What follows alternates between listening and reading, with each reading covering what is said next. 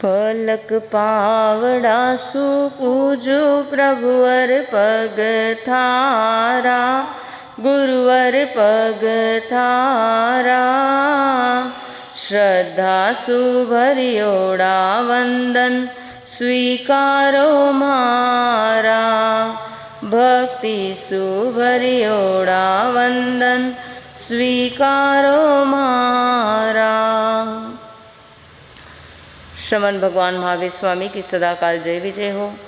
कर्नाटक गज के श्री घोर तपस्वी पूज्य गुरुदेव श्री गणेश लाल जी महाराज साहब, राष्ट्र संत आचार्य सम्राट पूज्य गुरुदेव श्री आनंद ऋषि जी महाराज साहब, मरुधर के श्री श्रमण सूर्य पूज्य गुरुदेव श्री मिश्री लाल जी महाराज साहब, ज्ञान गंगोत्री गुरनी मैया श्री प्रभा कंवर जी महाराज साहब, सभी के चरणों में मेरा त्रिवार वंदन।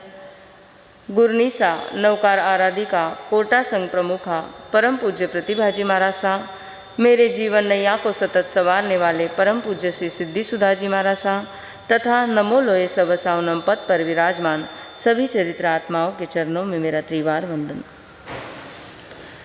धर्म सभा में उपस्थित सभी भाइयों, माताओं एवं बहनों, भक्तांबर अनुष्ठान करते करते आज हम कौन सी गाथा तक पहुंच चुके हैं? 5वीं गाथा तक पहुंच चुके हैं।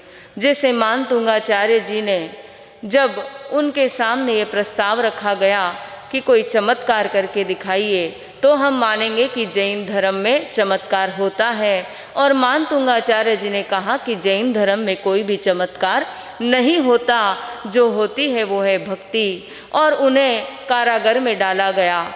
एक एक स्तोत्र की रचना उन्होंने, एक एक गाथे की रचना की और एक एक बेड़िया अपने आप ही उनकी टूटती चली गई।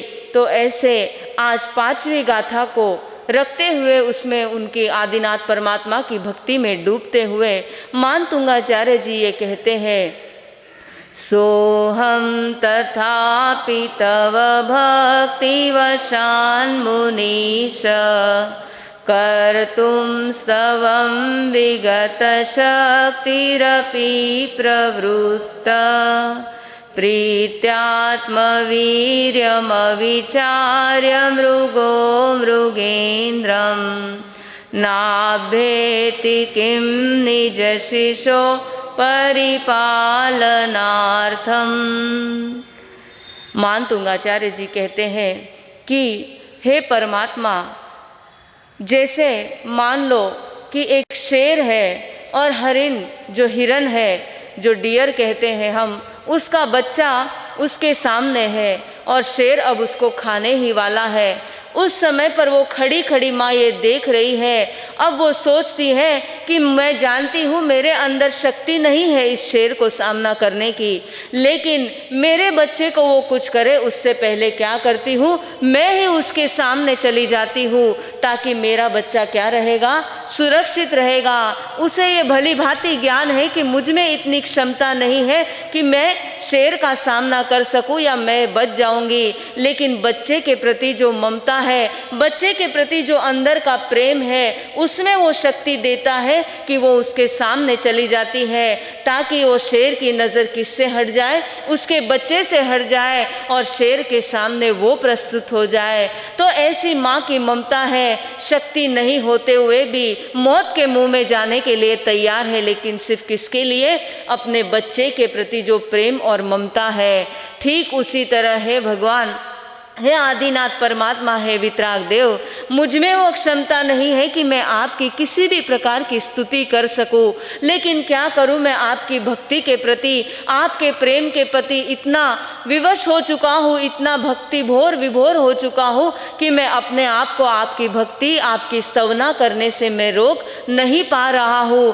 मेरी जो स्थिति है सेम वो हिरन के बच्चे की जो माँ है उसके जैसी है। सब कुछ पता होते हुए भी कूद रहा हूँ किसके लिए, आपकी भक्ति करने के लिए। तो जैसे भी मेरी भक्ति होगी, जैसे कुछ नासमझी की बातें कुछ भी होगा, लेकिन आप क्या करना, मेरी भक्ति को स्वीकार करना। करना। और यही भाव इस गाथा में मानतुंगाचार्य जी रखते हैं। देखिए, हम एक गाथा से दो गाथा, तीसरी गाथा, पांचवी गाथा में देख रहे हैं केवल इतने ज्ञानी आचार्य होने के बाद भी ऐसा नहीं था कि उनके पास ज्ञान नहीं, लेकिन वितराग परमात्मा के अनंत गुणों के आगे, उनके केवल ज्ञान केवल दर्शन के आगे स्वयं को क्या समझ रहे हैं? निश्चित ही स्वयं को छोटा मान रहे हैं, अपनी बुद्धि की बता रहे हैं कि मेरी बुद्धि में वो क्षमता नहीं है। और ये बात सत्य है कि अनंत वितराग परमात्मा की भक्ति करना, उनके अनंत गुणों की स्तवना करना, ये कोई मामूली बात नहीं है। और मानतुंगाचार्य जी भी एक बालक के समान, बच्चे के समान भगवान के सामने अपनी अंतर की अभिलाषा, अपनी अंदर की भक्ति रख रहे हैं। और इतना सब कुछ होते हुए भी एक ही बात कहते हैं, सब कुछ मुझे पता है लेकिन भगवान मैं भक्ति तो करूँगा, जैसी करूँगा वैसी करूँगा, लेकिन आप क्या करना? मेरी भक्ति को स्वीकार करना। और यही बात को कहते हुए मानतुंगाचार्य जी आगे एक एक गाथा की रचना करते हैं। समय के साथ हम अगली गाथा का अर्थ देखेंगे। अब इस गाथा का महत्व फिर से, जिनकी आंखों की कोई तकलीफ हो, चश्मा हो, पांचवा फिर से आँखों के लिए है कि आँखें संबंधित इसमें एक विशेष कहा कि 21 दिन तक अगर इस गाथा रिद्धि मंत्र की आराधना करें तो निश्चित ही आपकी आँखों में जो भी तकलीफ है आपको उसमें काफ़ी फर्क होगा। जैसे किसका मोतिया बिंदु का ऑपरेशन होता है, अन्य जो भी आँखों की सर्जरी होती है, कैटरैक्ट होते हैं बड़े बड़े, और कोई भी और भी बहुत सारी आँखों संबंधित तकलीफ़ें लोगों को देखने के लिए मिलती हैं। तो इसकी आराधना करने से उनको निश्चित ही उसमें आराम पड़ेगा। और दूसरी बात, अगर संसार में कोई कार्य हम समझते हैं कि हमारे अंदर वो कैपेबिलिटी नहीं है, हमारे अंदर वो क्षमता नहीं है कि ये कार्य हम जिंदगी में ठीक कर सकते हैं, हम अपने आप को कॉन्फिडेंस नहीं फील करते, तो इस गाथा की साधना करने से धीरे धीरे वो कैपेबिलिटी, वो क्षमता हमारे अंदर आने लगती है। तो इसी भावनाओं के साथ मानतुंगाचार्य जी ने भक्तांबर स्तोत्र की रचना की और हमें भी आदिनाथ परमात्मा की भक्ति में इसी तरह जुड़कर आगे की ओर बढ़ना है। जिन आज्ञा विरुद्ध कुछ भी कहने में आया हो तसमिच्छामि दुक्कडम्।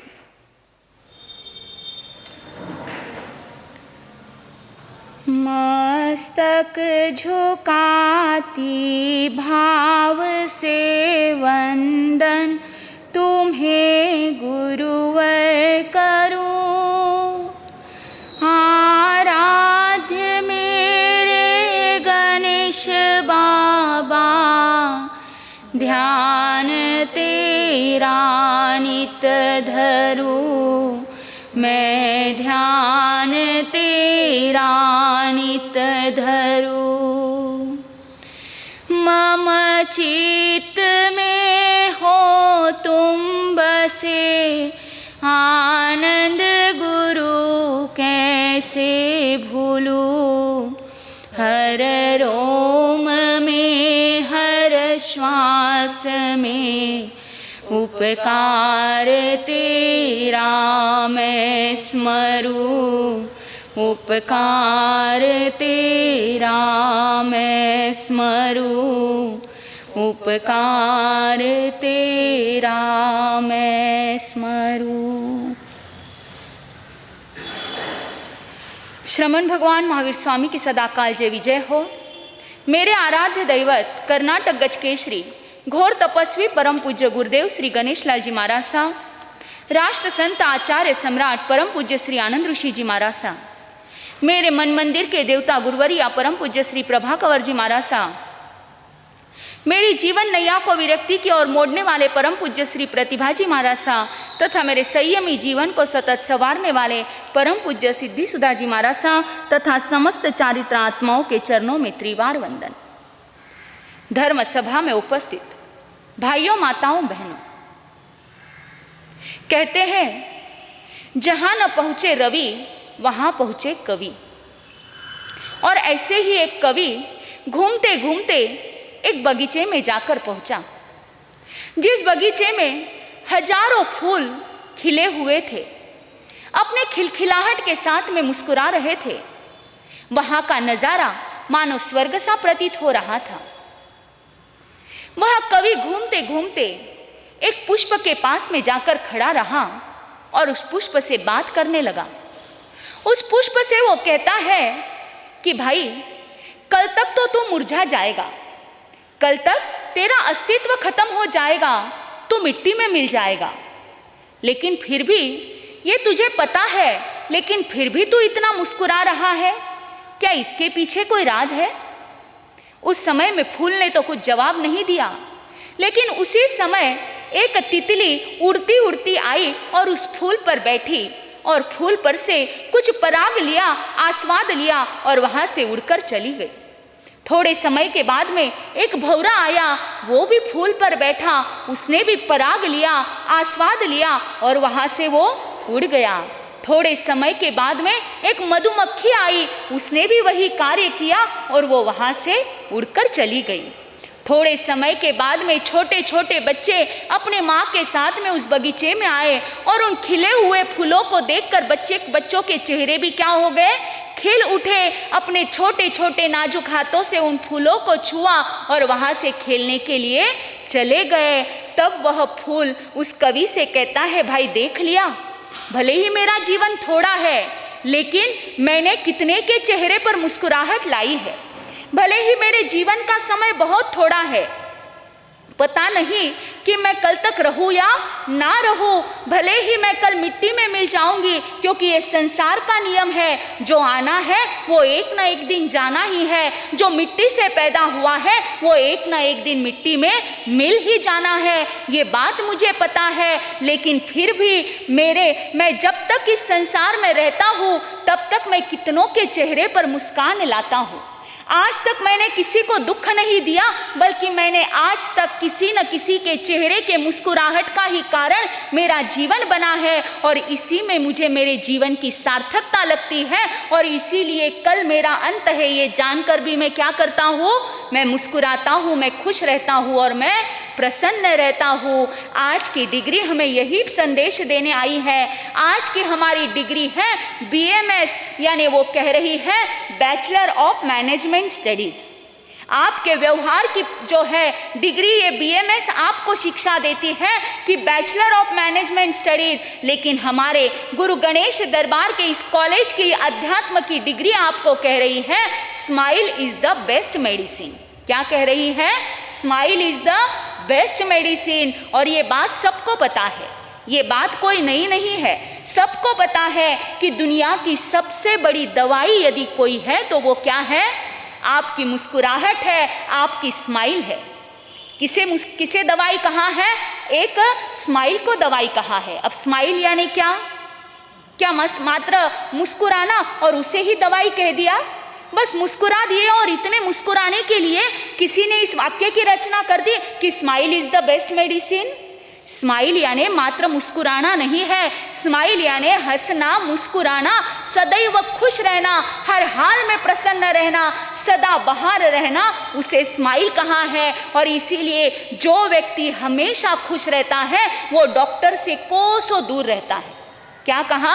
कि जो व्यक्ति हमेशा प्रसन्न रहता है उसे डॉक्टर के पास जाने की नौबत नहीं आती है। इसीलिए कहा कि smile is the best medicine. और हमें भी वैसे ही जीना है। ज्ञानी कहते हैं हमें भी ऐसा ही जीवन जीना है कि सदा खुश रहना है, प्रसन्न रहना है। जैसे वो फूल स्वयं भी मुस्कुराता है और औरों के जीवन में भी मुस्कुराहट पैदा करता है, वैसे हमें भी अपने जीवन में स्वयं को भी मुस्कुराना है और औरों के जीवन में भी मुस्कुराहट लाना है, औरों के जीवन में भी प्रसन्नता लाना है। क्या लगता है मुस्कुराने के लिए? कुछ भी नहीं लगता। चाहे धन दौलत पैसा संपत्ति कुछ हो या ना हो, ये धन नहीं चाहिए, दौलत नहीं चाहिए, आपका पैसा नहीं चाहिए, कोई प्रॉपर्टी नहीं चाहिए मुस्कुराने के लिए। मुस्कुराने के लिए तो बस अंतर की खुशी चाहिए, बाकी और कुछ भी नहीं चाहिए। यदि आपके अंतर में यदि खुशी है तो वो चेहरे पर झलके बिना नहीं रहती। इसीलिए व्यक्ति बाहर खुशी ढूंढता है, सोचता है यहाँ पर खुशी मिलेगी, यहाँ पर प्रसन्नता मिलेगी, लेकिन वो ये बात अक्सर भूल जाता है कि खुशी और प्रसन्नता बाहर नहीं है बल्कि कहाँ पर है, अपने ही अंतर में है। लेकिन अपने अंतर की खुशी को कभी जानता नहीं, कभी पहचानता नहीं, इसीलिए वो खुशी चेहरे पर कभी उभर कर आती नहीं। और फिर सोचता तो है कि मैं खुश रहूं, हर एक कोई चाहता है कि मैं प्रसन्न रहूं, उसके लिए वो कई प्रयास भी करता है।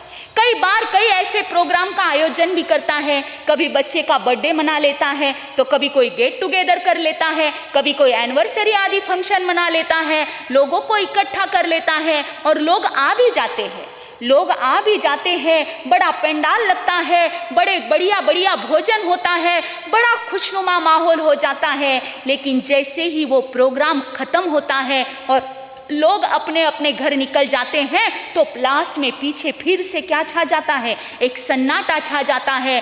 कभी भी देखना, जब भी कोई प्रोग्राम का आयोजन करो और उस प्रोग्राम के बाद में पीछे से उस मंडप में जाकर देखो तो वहां पर पूरा क्या छा जाता है, एक सन्नाटा छा जाता है। क्योंकि वो जो खुशी थी वो पल भर की थी, वो अंतर की खुशी नहीं थी। और जब तक किसी भी बात में अंतर की खुशी नहीं जुड़ती, वो प्रसन्नता कायम नहीं टिक सकती। वो तो कुछ समय के लिए एक मन को बहला लिया कि कुछ समय के लिए लोगों को इकट्ठा कर लिया, लोगों को बुला लिया और खुश रहने का क्या कर दिया, एक बहाना ढूंढ लिया। पर जब तक अंदर की खुशी ना हो, ये बाहर की प्रसन्नता आपको ज्यादा समय तक खुश नहीं रह सकती।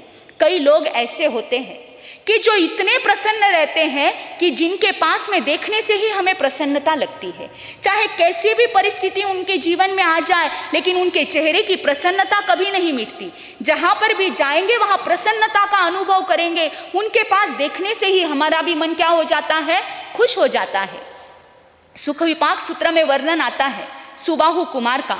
सुबाहु कुमार जब भगवान के दर्शन के लिए गए और दर्शन करके जब सुबाहु कुमार वहां से निकले तो स्वयं गौतम स्वामी भगवान के पास में जाकर पूछते हैं, भगवान ये अभी जो सुबाहु कुमार गए हैं उन्होंने अपने पूर्व भव में ऐसा कौन सा कार्य किया जिसकी वजह से वो इतने प्रसन्न दिखाई देते हैं। उनके चेहरे की मुस्कान ऐसी है कि वो खुद मुझे तो लुभा गई, लेकिन यहाँ पर बैठने वाले जितने भी साधु हैं, जितने भी लोग हैं, सबको सुबाहु कुमार की प्रसन्नता क्या कर गई, प्रभावित कर गई। यानी एक गौतम स्वामी जैसे साधु ने किसकी प्रशंसा की, एक श्रावक की, एक सुबाहु कुमार जैसे श्रावक की प्रशंसा गौतम स्वामी जैसे साधु, चार ज्ञान के धनी प्रशंसा कर रहे हैं। क्योंकि उनके चेहरे पर वो झलक रही थी, क्योंकि वो खुशी कहाँ पर थी, अंतर में खुशी थी। भले ही राजकुमार थे, किसी बात की कमी नहीं थी, लेकिन मात्र राजकुमार होने से चेहरे पर खुशी नहीं आती, बल्कि उनके भीतर में वो प्रसन्नता थी, वही खुशी बनकर उनके चेहरे पर झलक रही थी। तो कई लोग ऐसे होते हैं जिनके पास में भले ही कुछ ना हो, लेकिन उनके चेहरे की प्रसन्नता उनके भीतर की खुशी जाहिर करती है। लेकिन दूसरे तरह के लोग भी ऐसे होते हैं, उनके चेहरे की तरफ कभी भी देखो हमेशा चेहरे पर 12 बजी हुई होती है। कभी भी देखो, चाहे कितना ही खुशी का माहौल क्यों ना हो, चाहे कितना ही हंसी मजाक का माहौल क्यों ना हो, लेकिन उनके चेहरे देखो कभी भी उदासी से भरा हुआ, चाहे कुछ भी हो जाए उनके चेहरे पर कभी हंसी देखने ही नहीं मिलती। कभी कभी तो विचार आता है मन में कि अरे ये कभी हंसता है या नहीं हंसता। उसे जाकर पूछने की इच्छा होती है कि भाई तू लास्ट बार कब हंसा था, क्योंकि इतना चेहरा कभी भी देखो हमेशा वो रोनी सूरत, वो उदास चेहरा उसके पास में देखने की भी इच्छा नहीं होती। ऐसे भी लोग होते हैं। पर ज्ञानी कहते हैं भाई परिस्थिति चाहे कैसे भी आ जाए, लेकिन अपने चेहरे पर उदासी नहीं, बल्कि अपने चेहरे पर क्या चाहिए, प्रसन्नता चाहिए, हंसी चाहिए, मुस्कुराहट चाहिए। क्योंकि smile is the best medicine. दुनिया की सारी दवाइयाँ एक तरफ, लेकिन आपकी खुशी, आपकी मुस्कुराहट और आपकी प्रसन्नता की दवाई एक तरफ। इसीलिए मुस्कुराने के लिए, खुश रहने के लिए ना कोई पैसा लगता है, ना कोई टका लगता है, मात्र क्या लगता है, अंतर की खुशी लगती है। और याद रखना, आप यदि प्रसन्न रहते हो, आप यदि खुश रहते हो, तो उसका सबसे पहला प्रभाव आपके स्वास्थ्य पर होता है। जो व्यक्ति प्रसन्न रहता है उसके जीवन में तनाव ज्यादा समय तक नहीं रहता। आता जरूर है, तनाव आता जरूर है, टेंशन आता जरूर है, लेकिन ज्यादा समय तक नहीं रहता। वो व्यक्ति तनाव से भी बहुत जल्दी मुक्त हो जाता है। कभी भी ध्यान रखना, जब भी व्यक्ति क्रोध करता है, एक बार भी यदि वो क्रोध करता है तो उसके चेहरे की जो 36 नाड़ियां जो है वो प्रभावित होती हैं और उसका चेहरा तमतमा उठता है। और यदि वही व्यक्ति यदि एक बार भी हंस दे तो चेहरे की 32 कोशिकाएं उस फूल की तरह खिल उठती हैं और उसके कारण से उसका चेहरा भी फूल की तरह खिलखिलाने लगता है। यानी कितना फर्क है एक बार के क्रोध में और एक बार के मुस्कुराहट में। चेहरा तो दोनों में लाल हो रहा है, लेकिन क्रोध में जो चेहरा लाल होता है वो अंगारे की तरह होता है, और मुस्कुराने पर जो चेहरा लाल होता है उसमें गुलाबी क्या होती है, एक गुलाबी रंग की झाई नजर आती है। इसीलिए हर हाल में मुस्कुराओ, हर परिस्थिति में मुस्कुराओ, क्योंकि मुस्कुराहट का पहला प्रभाव किस पर होता है, अपने स्वास्थ्य पर होता है। दूसरा प्रभाव अपनी मानसिकता पर होता है। जो व्यक्ति सदा खुश रहना चाहता है, जानता है, वो हमेशा पॉजिटिव अप्रोच को लेकर जाता है। कैसी भी परिस्थिति आए लेकिन उसकी मनस्थिति पर उसका असर कभी नहीं होता। जहां पर भी जाता है मुस्कुराहट के साथ में जाता है, जहां पर भी जाता है सद्गुणों के फूलों को चुनता है। कोई भी परिस्थिति उसके मनस्थिति को डिगा नहीं सकती है। हमने एक ऐसे व्यक्ति को देखा है कि जो व्यक्ति मात्र उसका चेहरा और उसका ब्रेन ही उसके हाथों में था, बाकी पूरा शरीर विकलांग था। पूरे शरीर में कहीं पर भी सेंसेशन नहीं था, चाहे उसे कुछ भी चुभाओ, आप कुछ भी करो, लेकिन उसके चेहरे पर कुछ, उसके शरीर को उसे कुछ भी महसूस नहीं होता था। मात्र उसका चेहरा और उसका ब्रेन, इतना ही दोनों क्या थे, उसके हाथ की बात थी। लेकिन ऐसे उस व्यक्ति के चेहरे की प्रसन्नता यदि आप देखो तो ऐसी प्रसन्नता कि किसी स्वस्थ व्यक्ति के चेहरे पर भी आपको नजर नहीं आएगी। ऐसी प्रसन्नता उस व्यक्ति के चेहरे पर स्वयं हमने अपने आंखों से देखी है। इसीलिए दूसरा प्रभाव व्यक्ति के किस पर पड़ता है, मानसिकता पर पड़ता है। यदि वो खुश रहे तो चाहे शरीर में प्रॉब्लम हो, चाहे जीवन में प्रॉब्लम हो, लेकिन उस पर उसका कोई असर नहीं पड़ता, वो हर हाल में मुस्कुराता ही रहता है। तो पहला प्रभाव पड़ता है स्वास्थ्य पर, दूसरा प्रभाव पड़ता है उसके मानसिकता पर, और तीसरा प्रभाव पड़ता है उसके परिवार पर, उसके रिश्ते नातों पर। जिस घर में व्यक्ति सदैव मुस्कुराता हुआ रहता है वहां पर कुछ ना होते हुए भी घर में स्वर्ग का वातावरण होता है, और जहां पर 24 घंटे लटकाए हुए मुंह घर में रहते हैं तो वहां पर सब कुछ होते हुए भी घर में क्या रह जाता है, नरक बन जाता है। इसीलिए चाहे घर में कितना ही फर्नीचर से घर को सजा लो, कितना ही इंटीरियर डेकोरेटर को बुलाकर अपने घर का इंटीरियर बदल दो, लेकिन चेहरे पर मुस्कुराहट नहीं है, यदि खुशी भीतर में नहीं है, तो वो आपका लाखों करोड़ों का फर्नीचर भी व्यर्थ है। इसीलिए मुस्कुराओ, प्रसन्न रहो, खुश रहो, क्योंकि उसका असर किस पर होता है, स्वास्थ्य पर होता है, आपकी मानसिकता पर होता है, और आपके पारिवारिक और जीवन पर भी होता है। लेकिन आजकल तो व्यक्ति हंसना भूल गया, मुस्कुराना भूल गया, और इसीलिए शायद व्हाट्सएप में वो स्माइलीज भेजने का जमाना आ गया। बराबर है ना, व्हाट्सएप में स्माइलीज भेजते हैं। नया ट्रेंड है कि भाई मैं स्माइली भेज दिया, यानी तू समझ जाना कि मैं क्या कर रहा हूँ, हंस रहा हूँ। भले यहाँ हंसे या ना हंसे, लेकिन सामने वालों को बताना है कि मैं हंस रहा हूँ, तो उसके लिए ये स्माइलीज का ज़माना आ गया। पहले के तो ज़माने में ये कुछ चीज़ें नहीं थी, लेकिन आज के ज़माने में ये चीज़ें आ गई, क्योंकि हंसने और मुस्कुराने के लिए भी हमें किसी न किसी का क्या लेना पड़ रहा है, सहारा लेना पड़ रहा है। तो ज्ञानियों ने इतनी ही बात कही है, smile is the best medicine. आपके जीवन में आपकी मुस्कुराहट, आपकी खुशी, आपकी प्रसन्नता ही आपके जीवन के लिए सबसे बड़ी दवाई का काम करेगी। इसीलिए सदैव मुस्कुराते रहो और सदैव खुश रहो। और उसके लिए कुछ सूत्र बताए हैं, क्योंकि बताना भी तो पड़ेगा ना भाई। बोल दिया कि खुश रहो, प्रसन्न रहो, पर उसके लिए कुछ तो करना पड़ेगा, कुछ बातें तो समझना पड़ेगा कि कैसे हम मुस्कुराते रहे, कैसे हम हंसते हुए रहे। हमारे आसपास का तो वातावरण ऐसा है कि हम ऐसे वातावरण में कैसे भला अपने खुशी को बरकरार रखें। तो उसके लिए ज्ञानियों ने पहचान लिया और आपके लिए कुछ सूत्र दे दिए। तो उसमें पहला सूत्र ज्ञानियों ने कह दिया कि यदि आपको प्रसन्नता बरकरार बनाए रखना है तो पहला सूत्र दे दिया कि जब भी आप सुबह उठो तो सुबह उठते ही एक बार तबीयत से मुस्कुराओ। क्या करना है, जैसे ही बिस्तर पर उठकर बैठे तो पूरे आलस को झटक दो और एक बार तबीयत के साथ में एक अच्छी सी क्या दे दो, मुस्कान दे दो, किसी और को नहीं बल्कि किसको, स्वयं के लिए ही एक अच्छी सी मुस्कान दे दो। जोर जोर से हंसना नहीं है, नहीं तो आजू बाजू वाले घर वाले लोग समझेंगे भाई इसे क्या हो गया, ये अचानक उठते उठते ही हंसने क्यों लग गया। जोर जोर से हंसना नहीं है। आजकल तो लोग ये हंसने के लिए कहाँ जाते हैं, कहाँ जाते हैं, लाफिंग क्लब में जाते हैं ना, लाफिंग क्लब में, और वहाँ बिना कारण जोर जोर से हंसते हैं। अब आप बताओ बिना कारण कौन हंसता है, कौन हंसता है? कोई बिना कारण हंसता है तो आप उसे क्या कहते हो, ये आप भली भांति जानते हो। सच कहना, क्या पहले के जमाने में ये लाफिंग क्लब होते थे? फिर आज उसकी जरूरत क्यों पड़ी? क्योंकि व्यक्ति हंसना ही भूल गया, मुस्कुराना भूल गया, खुश रहना भूल गया, इसलिए लाफिंग क्लब में जाते हैं, महीने के पैसे भरते हैं और जाकर जोर जोर से हंसते हैं। अरे उनकी हंसी कभी यदि सुनो तो डर लगता है, इतने बेसुरे हंसते हैं कि लगता है इतनी जोर जोर में हंस रहे कोई शरीर का ऑर्गन कहीं फेल ना हो जाए। अरे भाई, ये बाहर की हंसी कभी आपको प्रसन्न बनाने वाली नहीं है। एक अंतर की एक मुस्कुराहट भी आपके पूरे दिन को क्या रख सकती है, प्रसन्न रख सकती है। इसीलिए एक ही काम करो, रात में चाहे कौन से ही टेंशन के साथ में सोए होंगे, लेकिन सुबह जब भी उठो तो एक बार तबीयत के साथ में मुस्कुराओ और उसके बाद में बिस्तर से बाहर अपना कदम रखो। तो ये पहला सूत्र ज्ञानियों ने दिया। और दूसरा सूत्र बताया है कि यदि खुश रहना है तो सहजता में जियो। किसमें जियो? सहजता में जियो।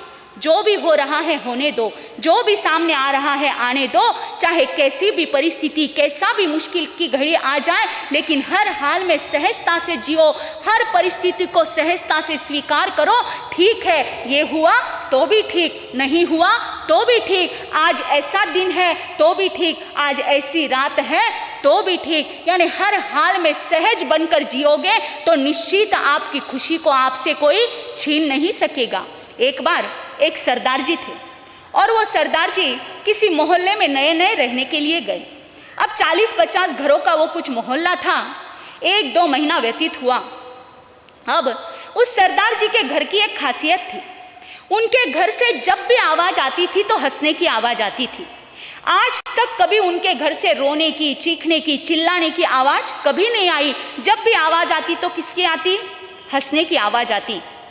अब सारे मोहल्ले के लोग विचार करते, भाई आखिर बात क्या है कि हमारे घर से तो कभी ना कभी तो चीखने की, चिल्लाने की, झगड़ने की आवाज़ आती है। ये सरदार जी के जीवन में ऐसी क्या बात है, इसके घर से जब भी आवाज़ आती है तो हंसने की आती है? पूछना तो पड़ेगा। और एक दिन सारे लोगों ने मिलकर निर्णय किया और वो सरदार जी को एक दिन क्या कर दिया, पकड़ लिया। और पकड़कर उसे पूछते हैं, भाई तू 2-3 महीने से यहाँ पर रहने के लिए आए हैं, पर हमें ये बात समझ में नहीं आ रही कि तुम्हारे घर से हमें जब भी आवाज़ आई है, आज तक जब भी आवाज़ आई तो हंसने हंसाने की आई है, आज तक कभी चीखने चिल्लाने की आवाज़ नहीं आई, इसके पीछे राज क्या है? अब वो सरदार जी ठहरा, वो कहता है, देखो भाई मेरी पत्नी बड़ी गुस्से वाली है। तब लोग कहते हैं गुस्से वाली है तो इसमें हंसने की क्या बात है?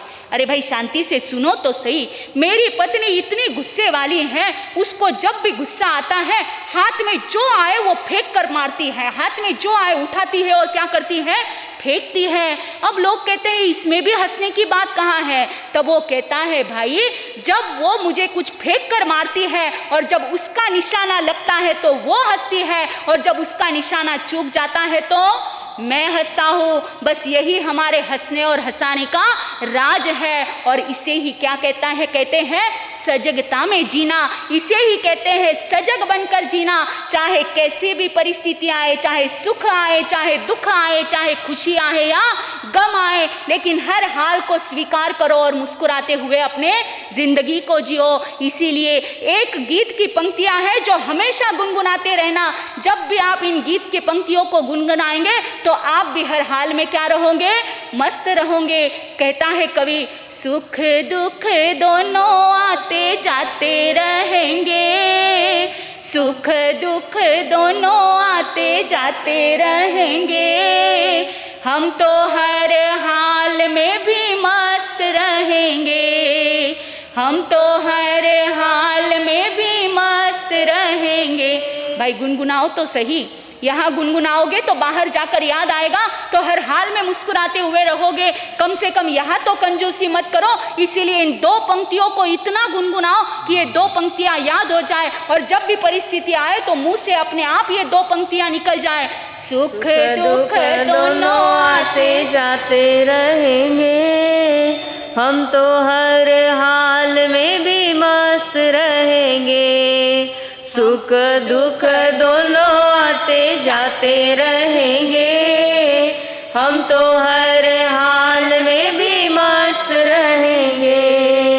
कैसी भी हो कर्म परीक्षा उदय काल की आंधी, कैसी भी हो कर्म परीक्षा उदय काल की आंधी। धूप छाव जीवन का समता से सहेंगे, धूप छाव जीवन का समता से सहेंगे। हम तो हर हाल में भी मस्त रहेंगे, हम तो हर हाल में भी मस्त रहेंगे। सुख दुख दोनों आते जाते रहेंगे, हम तो हर हाल में भी मस्त रहेंगे। कैसे रहेंगे? हर हाल में मस्त रहेंगे। दूसरों को बोलने नहीं जाना है, खुद के लिए ये 2 लाइन भी गुनगुनाना है कि सुख दुख दोनों आते जाते रहेंगे, लेकिन हम तो हर हाल में कैसे रहेंगे? मस्त रहेंगे। चाहे व्यापार में नुकसान हो या व्यापार में फायदा हो, चाहे बहुत बड़ा घाटा लग जाए या बहुत बड़ा फायदा हो जाए, लेकिन हर हाल में कैसे रहना है?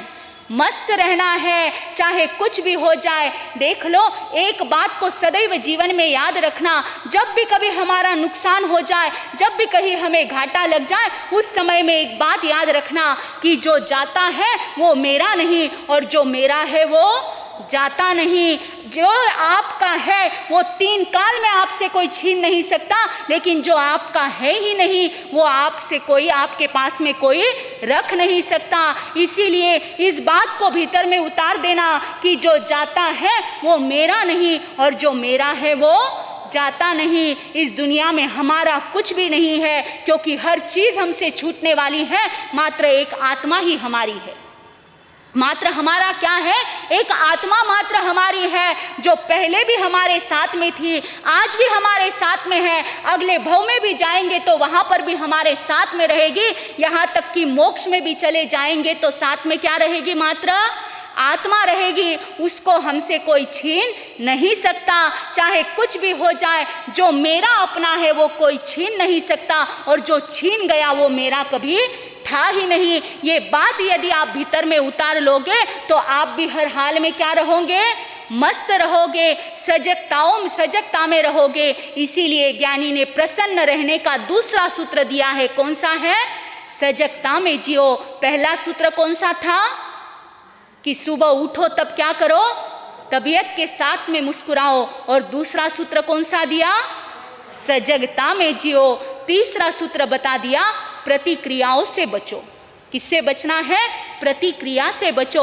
जरूरी नहीं है हर क्रिया की प्रतिक्रिया देना, जरूरी नहीं है हर एक्शन की रिएक्शन करना, जरूरी नहीं है। लेकिन आज व्यक्ति में पेशेंस ही नहीं है, इतनी व्यक्ति में स्थिरता नहीं है, इतना धैर्य नहीं है कि वो कुछ समय के लिए भी रुके। यहाँ तो जैसे ही एक्शन हुई कि सामने तुरंत क्या तैयार है? सामने तुरंत रिएक्शन तैयार है। क्रिया हुई कि प्रतिक्रिया तैयार, एक्शन हुई कि सामने रिएक्शन तैयार ही है। लेकिन ज्ञानी कहते हैं भाई कुछ समय के लिए तो इंतजार करो, कुछ समय के लिए तो रुको।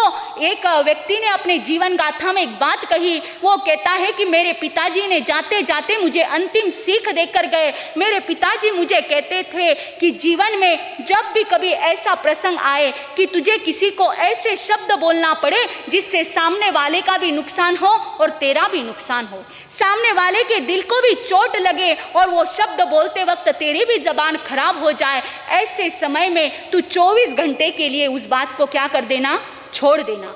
24 घंटा रुक जाना और 24 घंटे के बाद में उस बात को तू भले ही जैसा चाहे तू वैसा बोल देना, लेकिन कितने घंटे रुक जाना?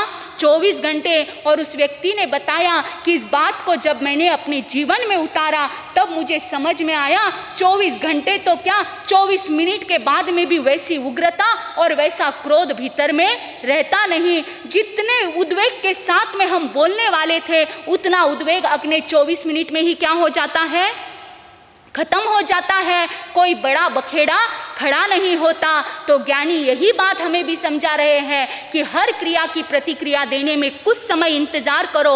उस समय में ऐसा विचार करो कि यदि वहाँ पर मैं नहीं होता तो जवाब कौन देता। आज मैं था इसलिए मैंने ये जवाब दे दिया। ऐसा समझ लो कि मैं वहाँ पर हुई नहीं, यदि मैं नहीं होता तो जवाब तो कोई नहीं देता। ऐसा समझकर हर प्रतिक्रिया से अपने आप को क्या रखो, दूर रखो। यदि प्रतिक्रिया से बच जाओगे तो निश्चित आपकी प्रसन्नता को आपसे कोई छीन नहीं सकेगा। अन्यथा क्रिया की प्रतिक्रिया, प्रतिक्रिया की वापस क्रिया, ये दौर ऐसा चलेगा, एक्शन की रिएक्शन, रिएक्शन से रिएक्शन, कि ये कभी खत्म होने वाला नहीं है। इसीलिए प्रतिक्रियाओं से बचो। एक्शन की रिएक्शन देने के पहले कुछ समय इंतजार करो और उसके बाद में भले ही बोलो तो आपके बोलने में ना वो व्यग्रता रहेगी, ना वो क्रोध रहेगा, ना आपके जीवन में कोई तनाव उसके बाद में आएगा। इसीलिए प्रसन्न रहने के लिए तीसरा सूत्र क्या बताया है, क्या बताया है, प्रतिक्रियाओं से बचो। और चौथा और आखिरी सूत्र दिया है कि हर कार्य तन्मयता से और उत्साह के साथ में करो। जीवन का जो भी काम करते हो उत्साह से करो। काम को कभी छोटा बड़ा मत समझो कि ये काम छोटा है और ये काम बड़ा है। चाहे फिर स्थानक या घर को झाड़ने का काम ही आपको क्यों ना करना पड़े, हल्के से हल्का और अच्छे से अच्छा काम भी क्यों ना करना पड़े, लेकिन अपने सामने आया हुआ हर कार्य कैसे करो, उत्साह के साथ में करो। तो ही आपका क्या बनेगा, जीवन उत्साहमय बनेगा। अन्यथा जीवन बोझ बन जाएगा। बोझ बनकर काम मत करो, हर कार्य उत्साह से करो। अन्यथा बोझ वाली जिंदगी इतनी लंबी लगती है कि व्यक्ति इंतजार करता है कि कब मैं इस संसार से जाऊं। और वही छोटा सा भी कार्य उत्साह के साथ में करो तो जीवन में एक अलग ही उत्साह और उमंग भर जाती है। इसीलिए बोझ बनकर मत जियो, बोझ बनकर कोई कार्य को मत करो, बल्कि हर कार्य कैसे करो, उत्साह से करो। चाहे भाई लोग व्यापार करते हो या बहनें संसार को संभालती हो, लेकिन हर कार्य उत्साह के साथ से आपका उत्साह उसमें जोड़ो तो वो कार्य भी आपके लिए क्या बन जाएगा, एक वरदान बन जाएगा। ऐसे ही एक दार्शनिक घूमता घूमता एक मंदिर में पहुंचा, जिस मंदिर के निर्माण का कार्य चल रहा था। सैकड़ों मजदूर वहां पर काम कर रहे थे और वो दार्शनिक वहां पर गया और उसने विचार किया आज इन मजदूरों से कुछ बात कर लूं। और वो वहाँ पर गया। एक सारे मजदूर पत्थर फोड़ने का काम कर रहे थे। उसमें से एक व्यक्ति के पास में, एक मजदूर के पास में वो दार्शनिक गया और जाकर पूछता है कि भाई साहब क्या कर रहे हो। जैसे ही दार्शनिक ने पूछा कि भाई साहब क्या कर रहे हो, वो तो इतना झल्ला उठा और वो कहता है कि आंखें फूट गई है, दिखाई नहीं देता, पत्थर फोड़ रहा हूँ। उस व्यक्ति ने, दार्शनिक ने सोचा इसके अंदर में ये इतना विषाद भरा हुआ है कि मेरे एक शब्द कहने से ये क्या हो गया, ये बाहर निकल के आ गया। ये तो क्या हो गया, ये तो फूट पड़ा। ये इसके भीतर का विषाद है। यानी ये अपने जिंदगी को जी रहा है तो कैसे जी रहा है, एक बोझ बनकर जी रहा है। कोई बात नहीं, वो वहाँ से थोड़ा आगे गया। एक दूसरा व्यक्ति भी पत्थर फोड़ रहा था। उसके पास में जाकर उसे भी वही सवाल दोहराया, भाई क्या कर रहे हो। उसने मात्र ऊपर नजर उठाई और कहा कि भाई रोजी रोटी कमा रहा हूँ। उसने क्या कहा कि भाई रोजी रोटी कमा रहा हूँ। दार्शनिक ने सोचा चलो पहले से तो इसकी हालत कुछ ठीक है, ये कम से कम अपने कर्तव्य के लिए जीवन क्या कर रहा है, जी रहा है। वो बोझ बनकर जी रहा है। और ये कैसे जी रहा है, एक कर्तव्य निभाने के लिए अपना जीवन जी रहा है। अब थोड़ा आगे गया, वहाँ पर तीसरा मजदूर भी काम कर रहा था, वही पत्थर फोड़ रहा था। उसे भी जाके यही सवाल पूछा, भाई साहब क्या कर रहे हो।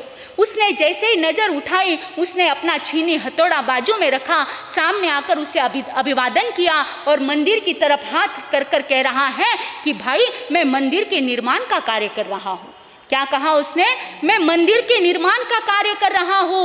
यानी तीनों ही व्यक्ति का काम एक ही था, तीनों भी पत्थर ही फोड़ रहे थे, लेकिन तीनों के काम करने का तरीका और जीने का तरीका क्या था, अलग था। ये तीसरा व्यक्ति पत्थर फोड़ने का ही काम कर रहा था, लेकिन इतने उत्साह से कर रहा था कि वो सोच रहा था मैं भले ही पत्थर फोड़ रहा हूँ, लेकिन इस मंदिर के निर्माण में कहीं ना कहीं तो मेरा क्या है, योगदान है। आज ये मंदिर बन रहा है तो मेरा भी कोई ना कोई तो सहकार्य इस मंदिर के बनने में जा रहा है। यानी काम तीनों का समान था, लेकिन तीनों के काम करने के तरीके में दिन और क्या है, रात का अंतर था। बस वैसे ही काम कुछ भी करो, लेकिन हर कार्य उत्साह के साथ में करो तो आपका जीवन भी मंदिर बन जाएगा और आपका जीवन भी प्रसन्न और सदा खुशहाल बन जाएगा। इसीलिए हमेशा मुस्कुराते रहो, हमेशा खुश रहो और अपनी खुशी को बस बरकरार रखने के लिए इन 4 सूत्रों को अपने जीवन में उतारो। पहला सूत्र कौन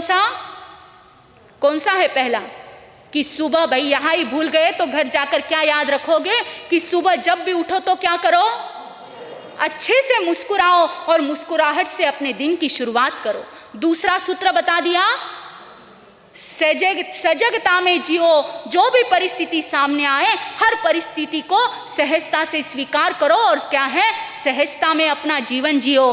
तीसरा सूत्र क्या बता दिया, प्रतिक्रियाओं से बचो, हर एक्शन की रिएक्शन के लिए तैयार मत रहो। और चौथा सूत्र बताया कि जो भी कार्य करो वो किसके साथ करो, उत्साह और उमंग के साथ करो। यदि ये 4 सूत्र आपके जीवन में आ जाए तो निश्चित आपको खुश रहने से आपको कोई रोक नहीं सकता। आपके जीवन में आपके चाहे कैसे भी कर्म की आंधी आ जाए, लेकिन वो आपको आपके जीवन से उखाड़ नहीं सकती। आप हर हाल में टिके हुए रहोगे और हर परिस्थिति का सामना करते करते आगे निकल जाओगे।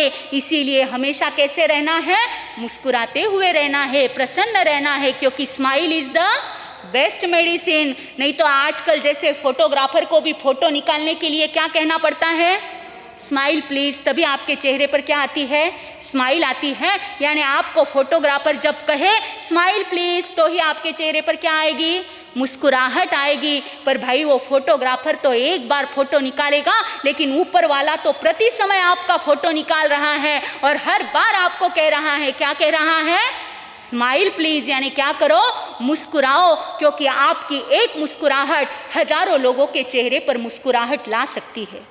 यदि आप टीचर हो और यदि स्कूल में आप जब क्लासरूम में प्रवेश करते हो उस समय यदि मुस्कान के साथ में प्रवेश करो तो क्लास में रहे हुए सारे बच्चों के चेहरे पर क्या आ जाएगी, मुस्कान आ जाएगी। यदि आप डॉक्टर हो और यदि कोई पेशेंट आपके पास में आता है तो उस समय में उस पेशेंट का मुस्कुराहट के साथ में स्वागत करो तो उस पेशेंट की आधी बीमारी वहाँ पर ही क्या हो जाएगी, खत्म हो जाएगी। यदि आप व्यापारी हो और कोई ग्राहक आपके पास में आता है तो उस ग्राहक के साथ में एक बार मुस्कुराकर बात करो तो वो बार बार आपके ही दुकान पर माल लेने के लिए आएगा। यदि आप ऑफिस में जाते हो तो जैसे ही ऑफिस में एंट्री करो तो सबके साथ में एक बार मुस्कुरा दो तो शायद वहाँ के काम का बोझ है वो क्या हो जाएगा, हल्का हो जाएगा। और यदि शाम को जब आप घर में आते हो, थक भाग कर आते हो, उस समय में भी घर में यदि मुस्कुराहट के साथ में प्रवेश करते हो तो घर में रहे हुए सारे बच्चों का, बड़ों का चेहरा भी क्या हो जाएगा, खिल जाएगा। यानी आपकी एक मुस्कान कितने चेहरों पर मुस्कान ला सकती है। इसीलिए उदासी में मुंह लटकाए हुए मत रहो, बल्कि कैसे रहो, प्रसन्न रहो, हर हाल में मुस्कुराते हुए रहो। परिस्थिति आएगी और अपना काम करके चले जाएगी, लेकिन उसके साथ में आपको बहकर नहीं जाना है, बल्कि आपको आपकी प्रसन्नता को हमेशा बरकरार बनाए रखना है। तो आज की डिग्री कौन सी है, आज की डिग्री कौन सी है, आज की डिग्री, आज की डिग्री BMS यानी smile is the best medicine. बस आज यदि आप अपने जीवन में मुस्कुराहट को यदि हमेशा कायम रखोगे, हमेशा खुश रखोगे तो आपको भी आज कौन सी डिग्री मिल जाएगी, BMS की डिग्री मिल जाएगी। कितनी कितनी डिग्रियों के धारक आप बन रहे हो, बस उसको थोड़ा थोड़ा जीवन में उतार लो तो सच में ये सारे डिग्रियों के मालिक आप बन जाओगे। आपको इन डिग्रियों को लेने के लिए किसी कॉलेज में या किसी यूनिवर्सिटी में जाने की ज़रूरत नहीं पड़ेगी। ये ऐसी यूनिवर्सिटी है यहाँ पर सारी डिग्रियाँ आपको एक ही जगह पर मिल जाएगी। तो जो भव्य आत्मा अपने जीवन में सदा खुश और प्रसन्न रहने के लिए अपने जीवन को उन सारी बातों की की खुशहाली की बातों के साथ में जोड़ेगा, उसका जीवन सदा प्रसन्न रहेगा। इन्हीं भावों के साथ पहुँचते हैं गुरु चरणों में। रत्नैव भाति अखिलेषु महामुनीषु ख्यातो जगत्सु कर्नाटककेशरीव प्राप्तं तु गौरवपदं श्रीतपो विभूति पूज्यं गणेश गुरुराजमहं नमामि तुभ्यं नमः सकलविघ्नविदारकाय तुभ्यं नमः सकलसौख्यप्रदायकाय तुभ्यं नमः पतितपावनभावनाय पूज्यं गणेश गुरुराजमहं नमामि तुभ्यं नमः भविभवोदधितारणाय तुभ्यं नमः गहन ज्ञानप्रदायकाय तुभ्यं नमः सकलप्राणिसुरक्षणाय पूज्यं गणेश गुरुराजमहं नमामि तुभ्यं नमः खड्गधारकाय तुभ्यं नमः परमसंयमपालकाय तुभ्यं नमः सरलमार्गप्रदर्शकाय पूज्यं गणेश गुरुराजमहं नमामि तुभ्यं नमः करुणस्रोतसमुद्रकाय तुभ्यं नमः शतसहस्रगुणाधिकाय तुभ्यं नमः अभयदानप्रदायकाय गणेश गुरुराजमहं नमामि तुभ्यं नमः विकलपन्थविभञ्जनाय तुभ्यं नमः विषयभोगप्रहारकाय तुभ्यं नमः निरतध्याननिमग्नकाय पूज्यं गणेश गुरुराजमहं नमामि तुभ्यं नमः सकल आगमलेखकाय तुभ्यं नमः चरणसप्ततिपालकाय तुभ्यं नमः सकल सद्गुणभूषणाय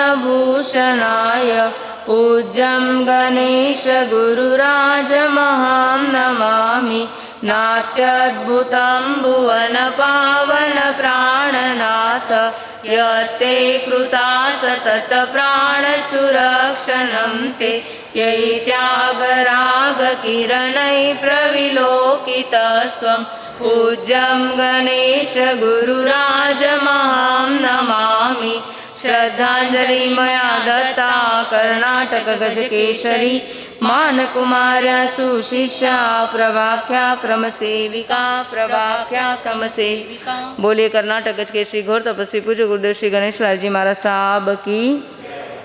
हाँ, जो भक्तामर अनुष्ठान हमारे यहाँ चल रहा है उसमें आज के लाभार्थी थे श्रीमान प्रकाश चंद जी कुशल जी कर्नावट मंदावेली वाले। कल जिनके यहाँ से रहेगा वो है श्रीमती कंचन देवी अनराज जी सुराना।